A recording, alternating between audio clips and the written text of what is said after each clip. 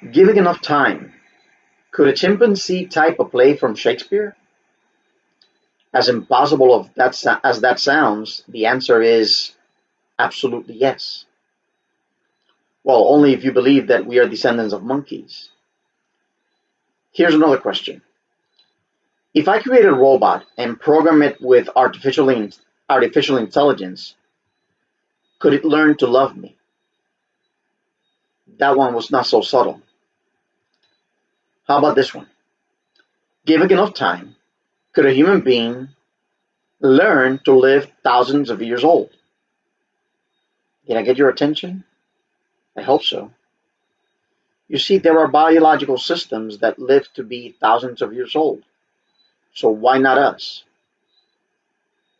If evolution allowed for glass sponges to live over 10,000 years old, or black coral to live over 2,000 years, how come we are lucky to get to 100 years old?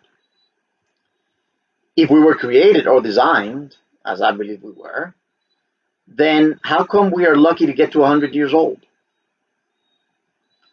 Either way, we are not the chosen to survive. Or maybe, just maybe, there's a way to live to be thousands of years old or longer. And we just haven't figured it out yet. Okay, let's make a statement. We could live to be 2,000 years of age. Given what we experience on a day to day and what we know to be the truth percentage in terms of actual truth is pretty low. In other words, you make that statement, you've never seen anyone live to be over 100 years old, or few people live over 100 years old, and you say, well, my perceived truth of being able to live 2,000 years of age is very low. Okay? And the actual truth um, is also very low because you've never seen anybody that have lived to be 2,000 years of age. When you consider that there are biological systems that live to be thousands of years of age, then you say, okay, well, my actual truth percentage is low, but my perceived truth percentage increases because now I know that it's possible for biological systems to live 2,000 or 10,000 years old. Now, if you had seen three supreme beings next to you, like I have when I was 10 years old, then that statement starts to grow from perceived truth into actual truth pretty quickly. Now, don't get me wrong, I'm not saying that I know how to get there. What I am saying is that maybe, just maybe, they haven't taught us how to get there because we have not learned how to get the basics right yet. What level of emotional intelligence would humanity as a collective needs to have in order to get there? Look around you and you'll realize that we are far from there. Now, the full cycle of knowledge, that would be the point where we know everything there is to be known, minus a little bit, is not a function of time, it's a function of collaboration. The faster we get there as the human race, the longer we will be able to live. But we have to get there as a collective. Individually, we'll lose the war even before we fight the first battle. Well, of course, I don't know, you know, Socrates wrote, or Socrates or Plato wrote, I only know that I know nothing. Well, that was a way of saying, hey, there is so much to learn that in comparison to all that there is to learn, I know nothing. And in knowing that I know nothing, I know something because I know that I know nothing. And what I know is that we could be better, for sure. And the faster that we get better, the faster that we'll learn how to get from an average of 75 or so to an average of 2, 3, 4, 5, 600 years of age. That is not something new. There are recursive processes that have occurred that has led us to lower and lower average lifespans. And so we could get to much higher numbers in terms of years of age, but we're not going to get there with the paradigms that we are living in today.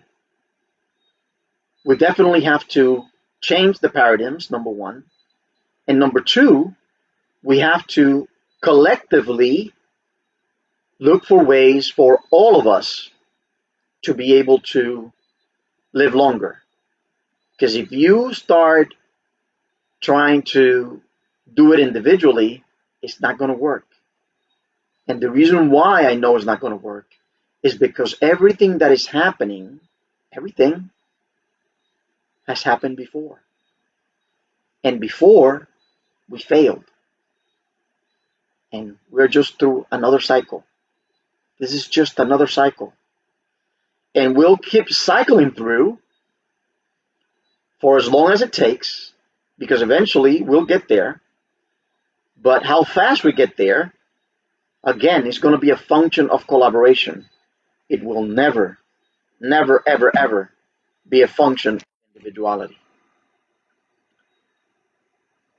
If you like these topics, please click on like. Please share this video. There's so many other things that I could be doing, but this is what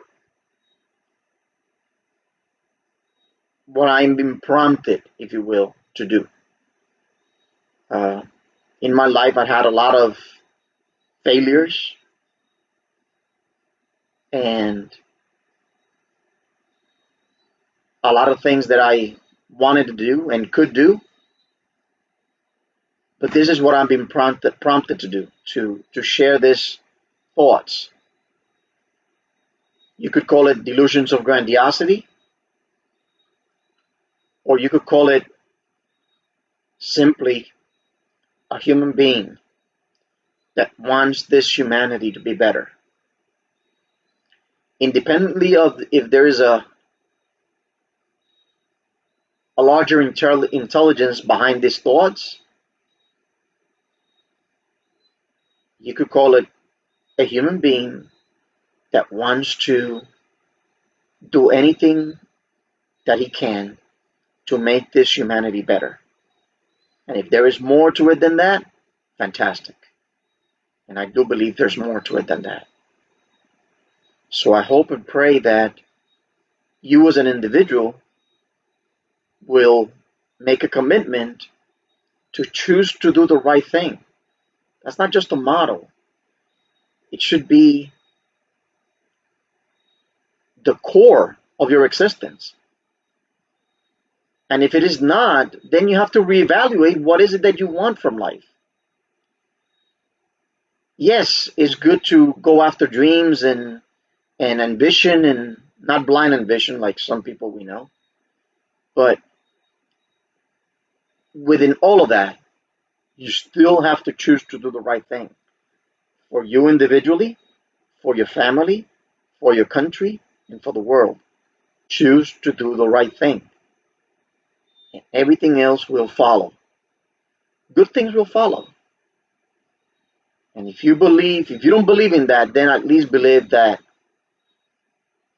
you were designed for more than what you just see out there. There's a whole lot more. And that whole lot more includes beings that live to be thousands and thousands of years old. May God bless you.